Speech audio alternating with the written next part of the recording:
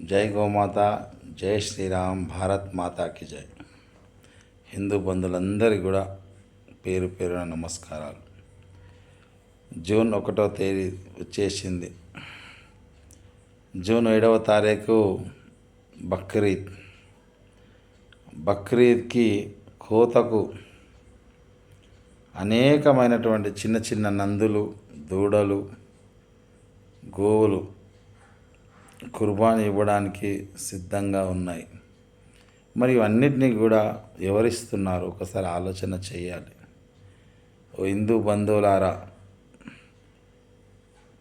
పిడికెడు పైసల కోసము ఎంతో ప్రేమగా పెంచుకున్న మీ ఇంట్లో చిన్న చిన్న నందులను, ఆవులను ఎలా ఈ కషాయాల చేతులకి ఇవ్వాలనిపిస్తుందో ఒకసారి ఆత్మవిమర్శన చేసుకోండి.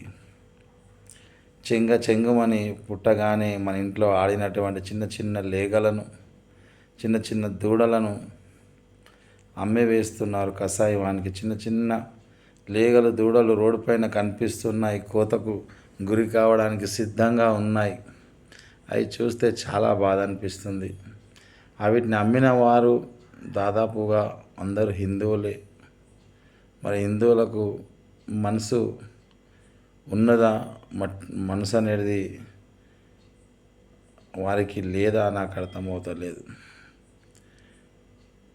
కమ్మని గుమ్మ పాలు తాగినటువంటి మీకు ఆ ముసలి అయినటువంటి అమ్మ గోమాత మీద మీకు ప్రేమ లేదా? మన భూమిని పండించడానికి ఎద్దులనిచ్చింది. ఆ ఎద్దులు నీ కుడి భుజం, ఎడమ భుజం వైపుగా కష్టపడి, నువ్వు ఎంతసేపు కష్టపడతావు అవి కూడా నీ పొలంలో అంతసేపు కష్టపడి పని చేసినటువంటి ఆ నందులను ఆ కషాయవాని చేతికి ఎలా అమ్మివేయాలనిపిస్తుంది? ఒక్కసారి నీ మనసు అనేది ఉంటే కరగడం లేదా?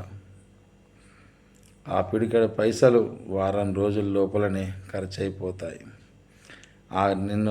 నీకు పాలిచ్చినటువంటి ఆ గోమాత, నీ చేనులో పనిచేసినటువంటి పంటలో పనిచేసినటువంటి ఆ నందులు నువ్వు ఒక్కసారి కోతకు అమ్మేసిన తర్వాత నిజంగా కనుక వీటికి నోరుంటే, మేమేమి తప్పు చేశాను, పెట్టింది తిన్నాము, కమ్మని గడ్డి తిని కమ్మనైన పాలనిచ్చాము, నువ్వు ఎక్కడ పని చేయమంటే అక్కడ పని చేశాము, ఎప్పుడు మాకు గ్రాసాన్ని అందిస్తే అప్పుడే తిన్నాము, కానీ మేమేం తప్పు చేశాము?